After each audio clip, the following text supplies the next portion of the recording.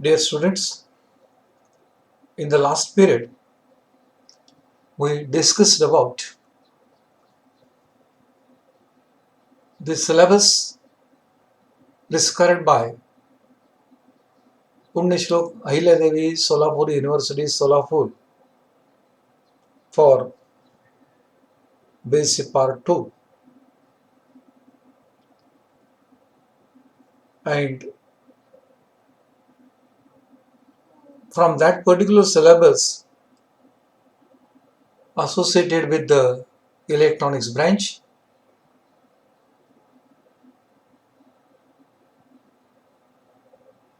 today we are going to start with first topic from the paper number 5, electronic circuits. So from paper number 5, namely electronic circuits, we have to begin with topic number first, and the topic number first is associated with rectifiers, filters and the voltage regulators.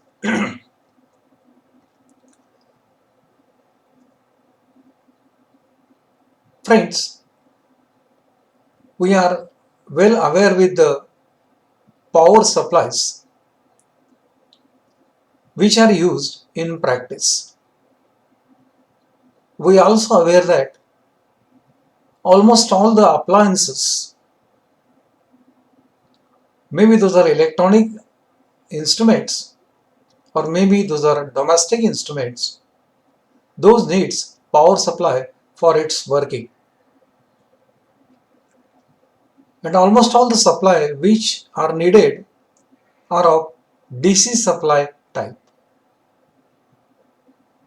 Students, dry cells can serve the purpose of providing DC power to the appliances.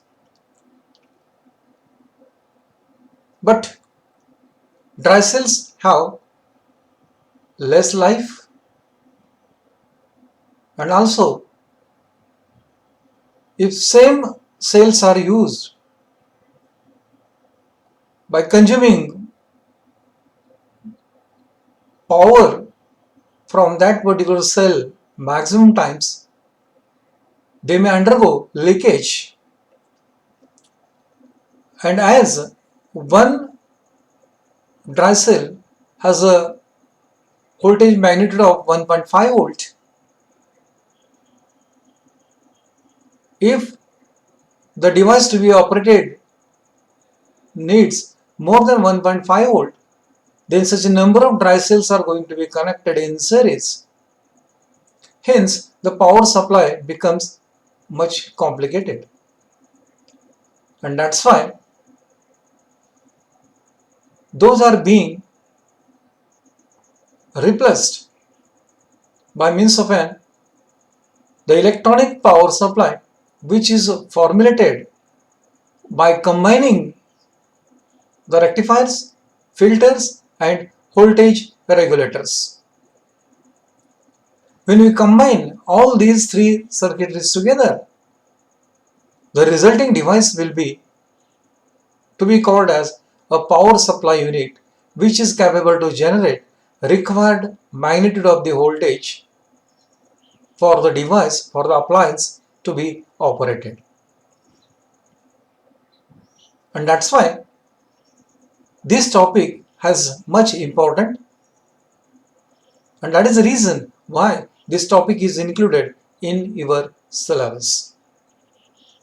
So friends, try to learn the concept of this particular topic very carefully, so that the aspects we are covering here are used as a practical solutions for the power supply unit. After studying this particular topic,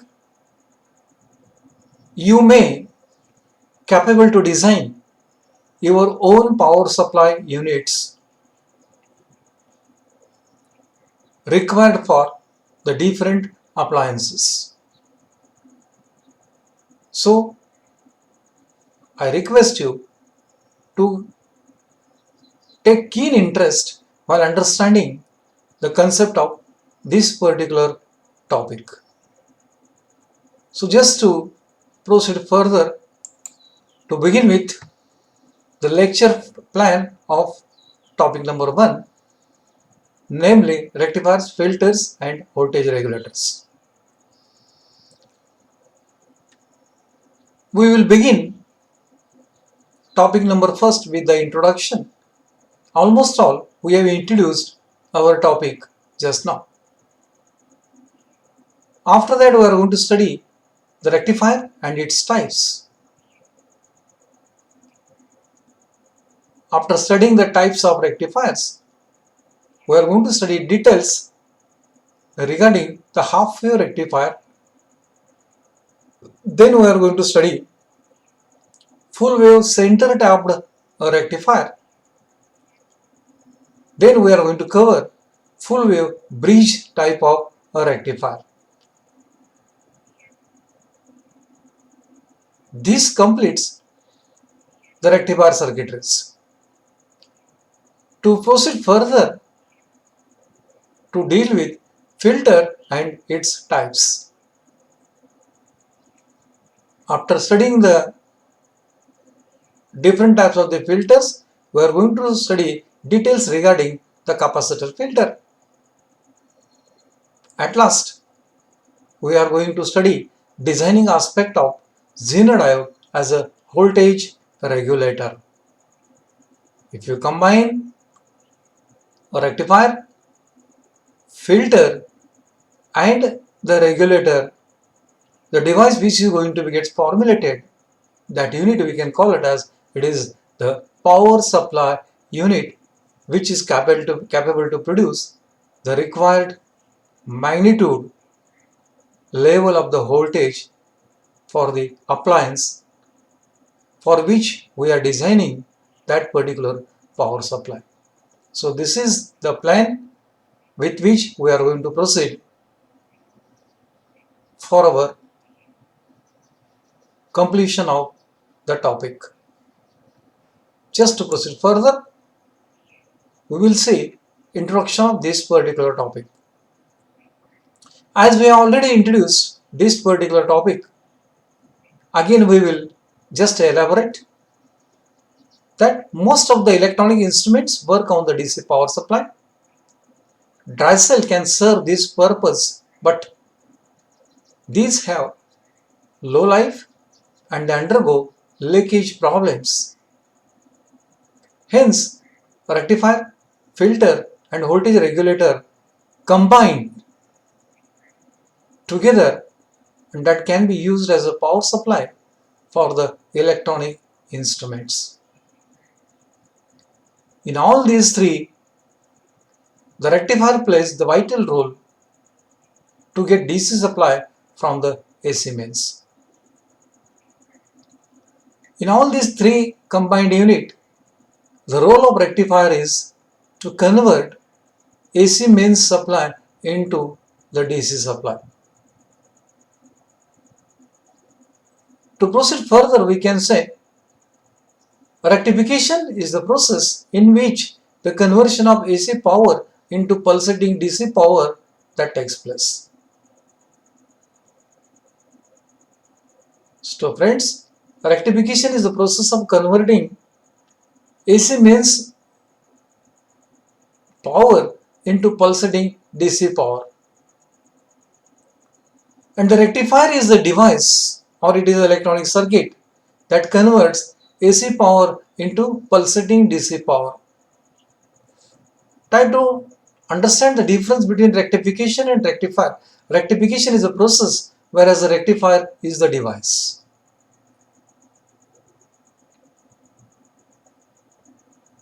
There are two types of the rectifiers which are used in practice or which we are interested to study. One is half wave rectifier, where only half of the AC cycle will be converted into pulsating DC.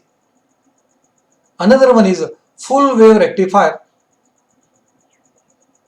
in which both positive as well as a negative half of the AC cycles, that is one full cycle, is going to be converted into pulsating DC, and that is done by means of a full wave rectifier.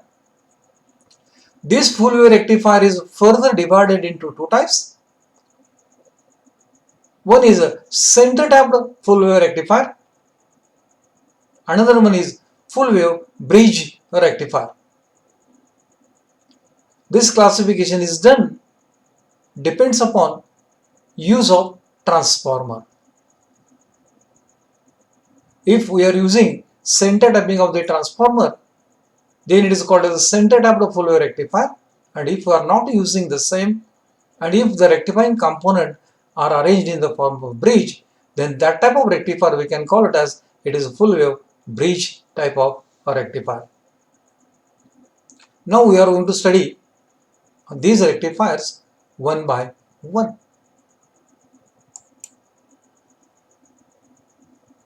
Let us begin with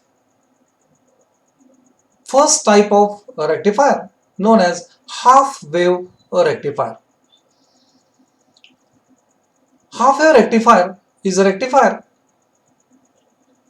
that converts half of the AC cycle into pulsating DC at the output. So this is the input AC mains which is represented here. One full cycle contains two half cycles at the input. One is a positive half cycle and second one is the negative half cycle. That forms the entire one full cycle. It accepts this full cycle at the input, and at the output it produces only a positive half cycle to be converted into pulsating DC, whereas a negative cycle is suppressed. Out of these two half cycles, only out of entire full cycle, only half of the cycle will be converted into output DC, and that's why it is called as half wave rectifier. Let us see the construction of half wave rectifier. The half wave rectifier circuitry is represented in this particular slide. This half wave rectifier circuitry consists of a transformer that possesses primary winding and secondary winding. This is the secondary winding, whereas this one is the primary winding. The transformer used here is of the type of step down transformer. Step down transformer means number of turns of secondary are less than that of number of turns of primary. Conversely, we can say number of turns of primary are more than number of turns of secondary.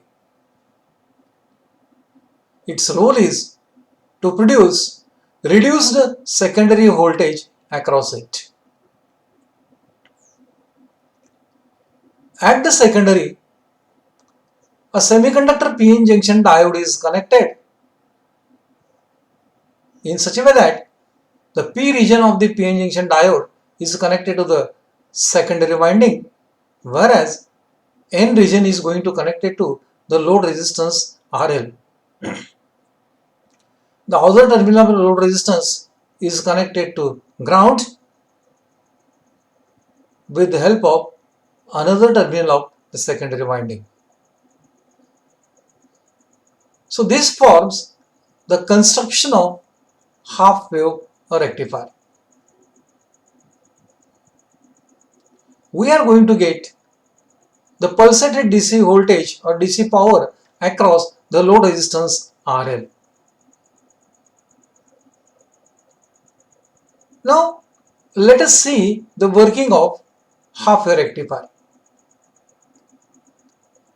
To understand the working of half wave rectifier, one should know the working of diode, which we have studied last year. We are well aware that PN junction semiconducting diode conducts only when it is forward biased, and it doesn't conduct the current when it is reverse biased. The concept of forward biasing and the concept of reverse biasing we have already studied in basic part first.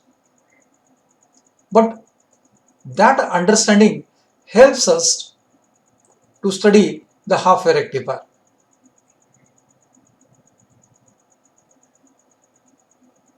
Students, from this particular diagram, we can say that 230 volt AC mains supply with 50 Hz frequency is connected to the primary winding of the transformer, which is required to be rectified. As a transformer used is of their step down transformer, it reduces secondary voltage Vs across secondary winding.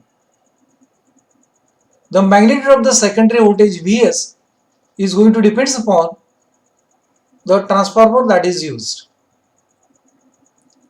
If suppose transformer used is of 606 volt type, at the output maximum 12 volt AC is going to be generated. If the transformer used is of the type of 909, 18 volt AC supply will be generated across the secondary. If the transformer used is of the type of 12 volt, then 24 volt maximum voltage it is going to be generated. So this secondary voltage generated Vs is equal to Vm sine of omega t.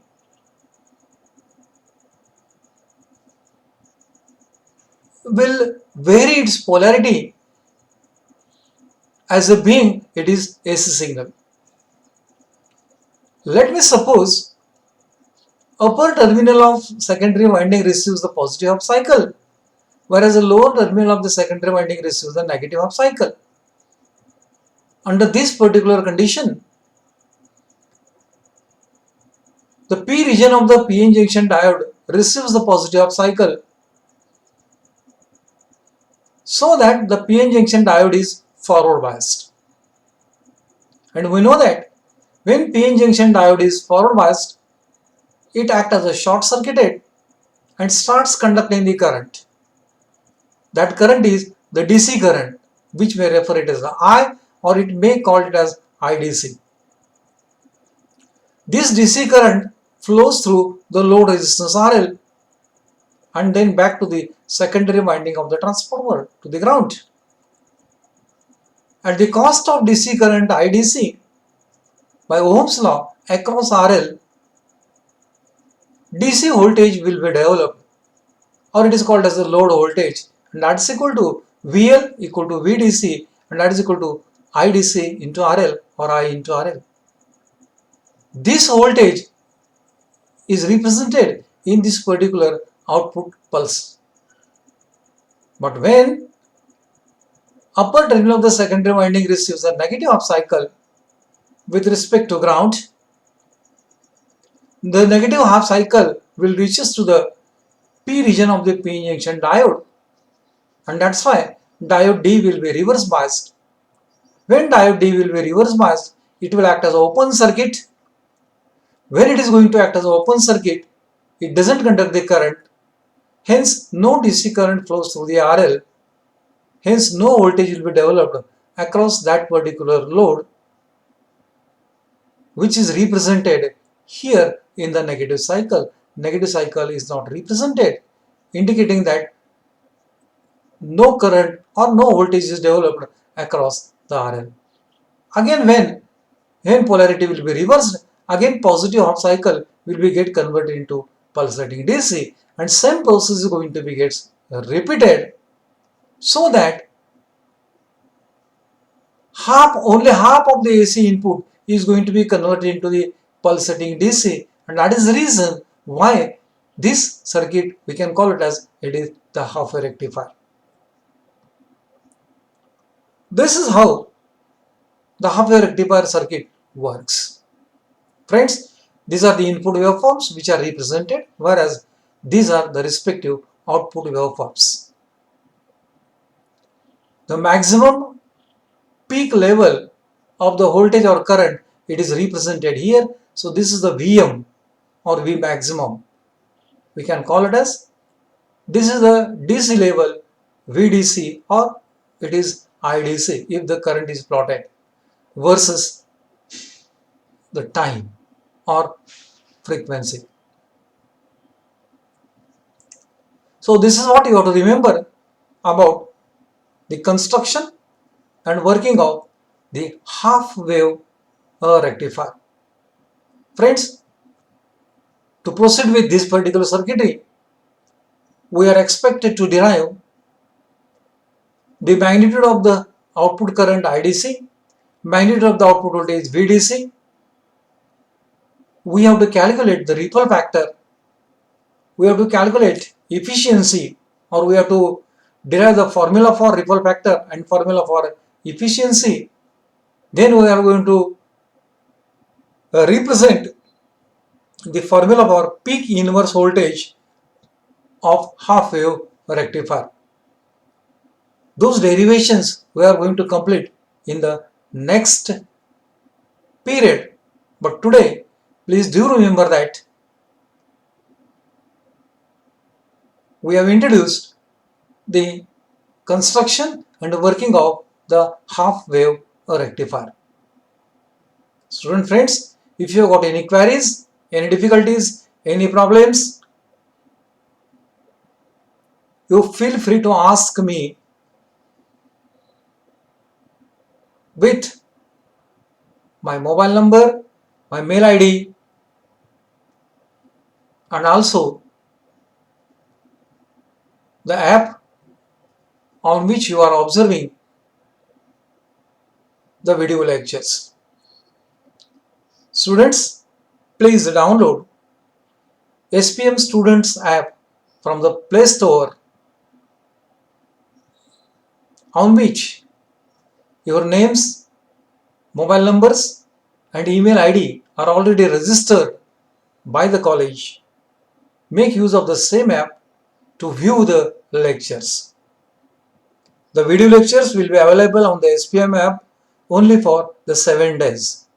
After that, the video lectures will be automatically going to be deleted. Please note this also. So that's all about today's lecture. Next time we will go for the derivation associated with